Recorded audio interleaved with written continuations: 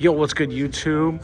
This is Lyle Tough AF here with Komyar, and he this past weekend got 15th at the St. Peter's Regional playing what? Gimmick Puppet FTK / OTK. Mostly OTK this time. You're disgusting. Any shout outs you'd like to give out? Yes, obviously, shout outs to Lyle. Thank you for filming this. Shout outs to Austin, Cracker Jack, Chris, Brandon, Luke, bunch of guys, Austin Lee, Matt for coming in clutch and giving me some extra copies of the commons that like nobody has. But yeah, and obviously shout outs to Zeke's, Gage over there, Paul. I love you, Paul. Yeah, let's go ahead and get started. All right, and also shout outs to the sponsors of Team Savages, which is Little Fat Tony Gaming and Salt and Friends. Let's go ahead and take a dive into this profile. All right, so we'll just start off with the monsters. So 3 copies of Soldiers, 1 of the 2 starters in this deck. Normally, I don't like to summon this straight off the normal. I like to get this off the special, but basically, dumps for cost. It's insane. Pretty much enables the what's the word I'm looking for here? Avalanche. It basically enables the avalanche that gets this deck into what it does. Gotcha. But yeah, need to run 3 of this. We got Rouge Doll. This is the Martha of the deck. Basically gets you 2 bodies for free and has the add from grave effect when it gets sent there from anywhere except the hand. Obviously, you want to run 3 of this.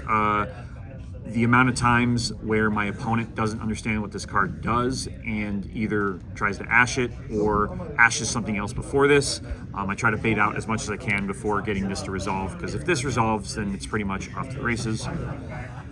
We got the one of Cattle Scream.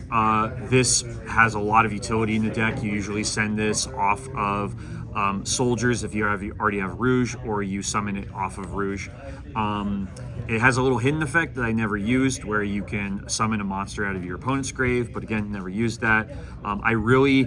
It's funny, I've played this deck enough, and I should know how to do lines that work around like other hand traps, like say the Bestials and whatnot. But you know, I still went X2, so you know, maybe I'm doing something right. We got the 2 ofs, we got 2 Terror Baby, and 2 Bisque Dolls. So previously in my list, I only ran 1 of this.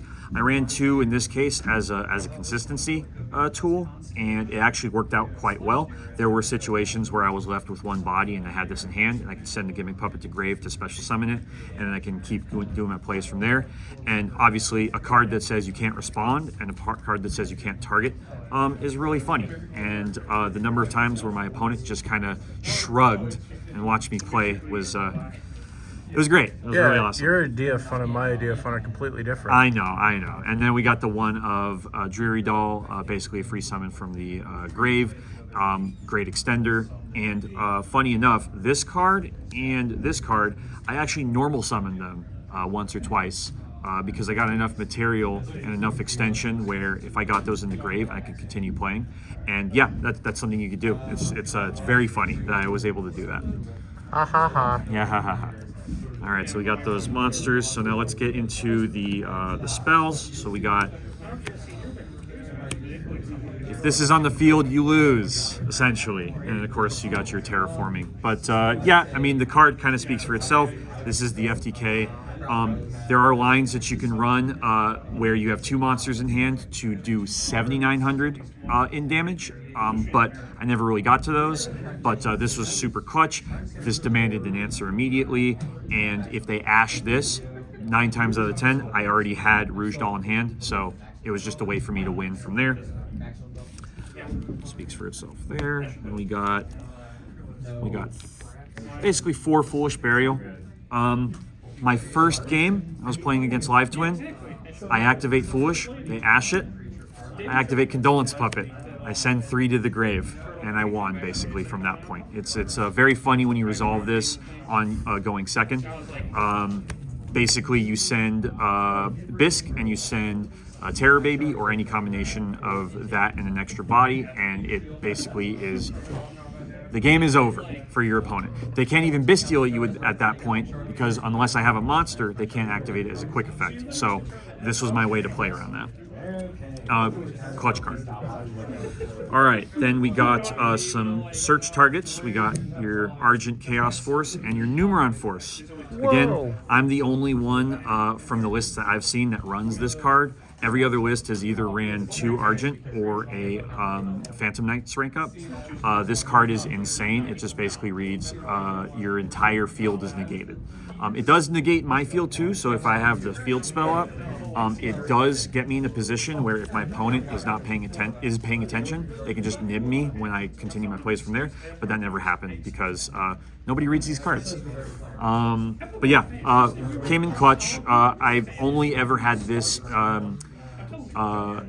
banished once, and even then, summoning with this and then summoning out one of the big guys out of the grave through my other effects was just fine. So I will never stray from this unless there's a reason to run a 3rd rank up, and in that case I'll just run another of this. And then the search target for one of the rank 9s. This came in big for me. I basically played Gimmick Puppet Control for the majority of the time because I only FTK'd or OTK'd. I only FTK'd like 5 total games out of the however many that I played. 8 rounds. In the 8 rounds. So this card is a change of heart / snatch steal until the end phase, and there were several situations where there was really funny. It was a Snake Eyes Fire King guy that I was playing where I popped one of his special summons. He had 2 bodies and he was going to go straight into the Grunix, and then on resolution I stole both of the bodies and he had nothing else that he can do, and he just passed the turn to me. It was really, really funny. But this card's really fun, and it could close out games to just banish itself to summon a Gimmick Puppet to my field or their field, just as an additional extension. Yeah. Again, very funny. Oh yes, funny. Now we'll go to the non-engine. So we got the crossout package. So here I play crossout with Droll, Nib, and Ash.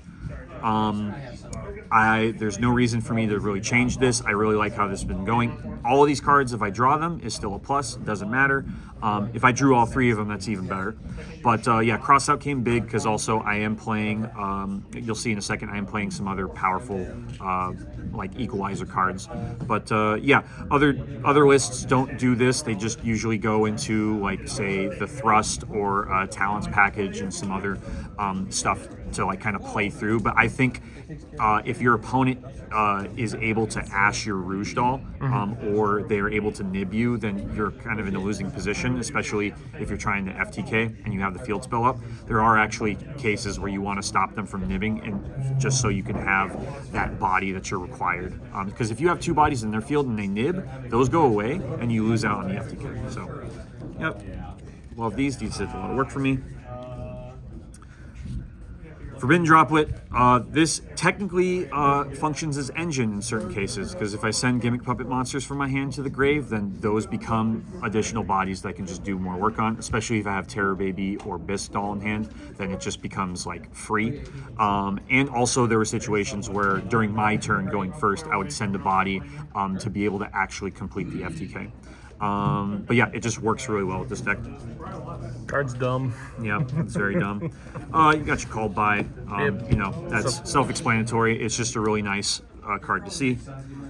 Then for the traps, we got Dominus and we got Imperm. Negate Nib, negate Azamina Summon, negate just a lot of effects that would normally be like end of game for me. And Imperm is Imperm. It just works out really well. And these are even great targets for Thrust if I happen to need another powerful one of, and we're playing top deck. So really great. Yep. And finally, I do not want to tell you how much this technically cost me. I know how much they are, but these cost me a lot of money. Yeah, just $2,000 some odd dollars, right? Stop.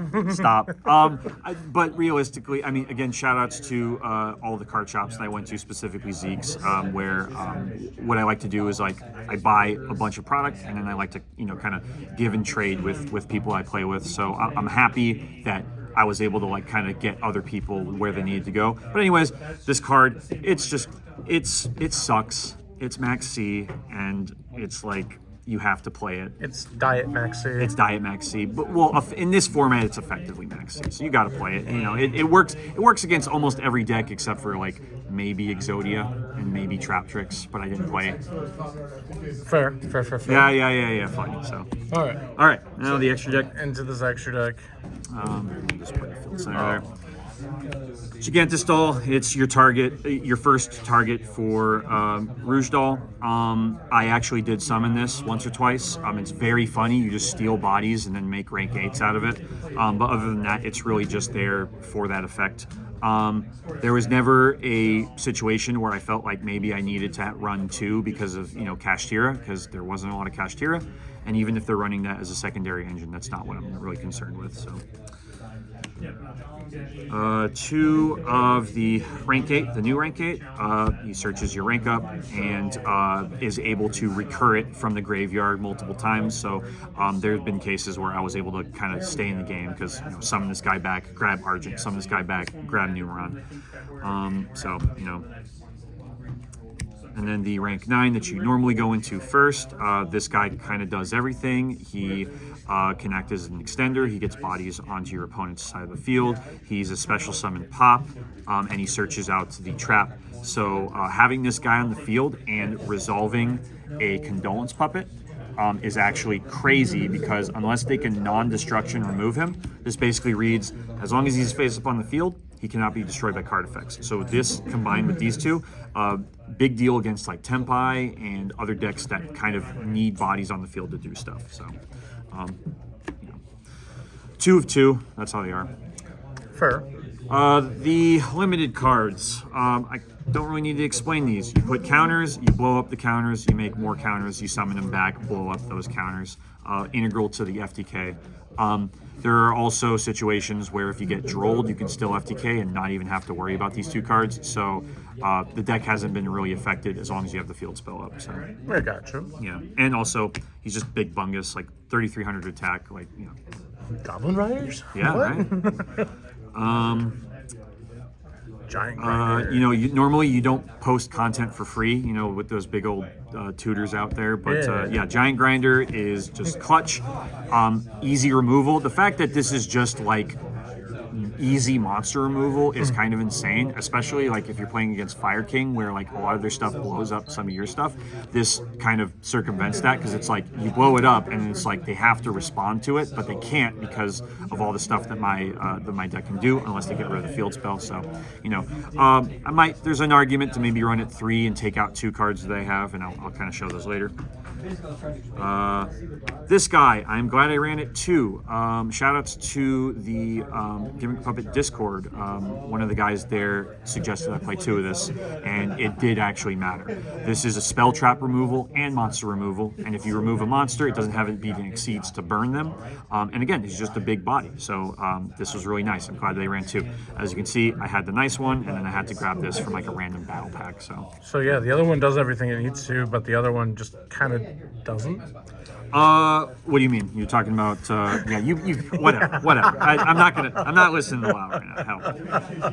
Hell. The 2 funny cards to have in the deck, Leo and Disaster Leo, never summoned them. It's just really funny to reveal this off of Rouge Doll, but other than that, like its requirement is that you need 3 level 8s. There's a version of this deck where you can run Metal Tronus and just summon this out when you have a Cattle Scream on your side of the field, and then that becomes the FTK, where instead of, that gets around the whole droll situation because it doesn't require droll at that point. You just have to pop bodies, remove materials from it, summon Disaster Leo, do damage, and as long as they're under 2,000 life points, then you automatically win. So very fun. And last, the main extender, that is Chimera Doll. Chimera Doll is kind of crazy. One thing that I really hated is I kept summoning this without having an extra body in hand.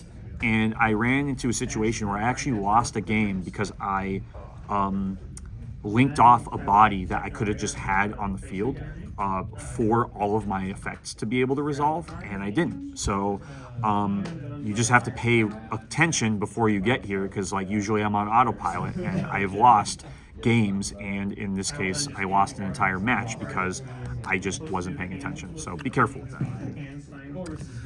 And yeah, so finally we'll do side deck.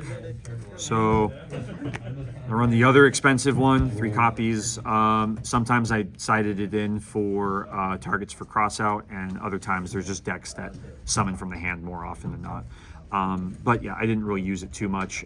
It's really a toss-up depending on the format, but yeah, well, it's whatever.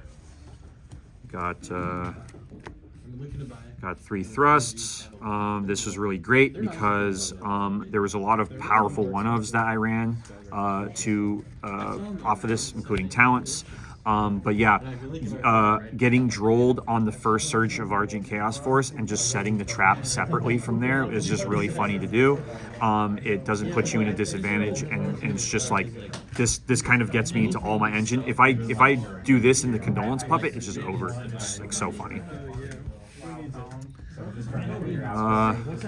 Lightning Storm and Feather Duster. I ran this in my list during my first time that I topped with this, like right before the ban list dropped or on the same day, and I'm happy about it. Having this along with Forbidden Droplet is like a really dirty combo because it just basically blanks your opponent's whole field. It's really great. Yeah.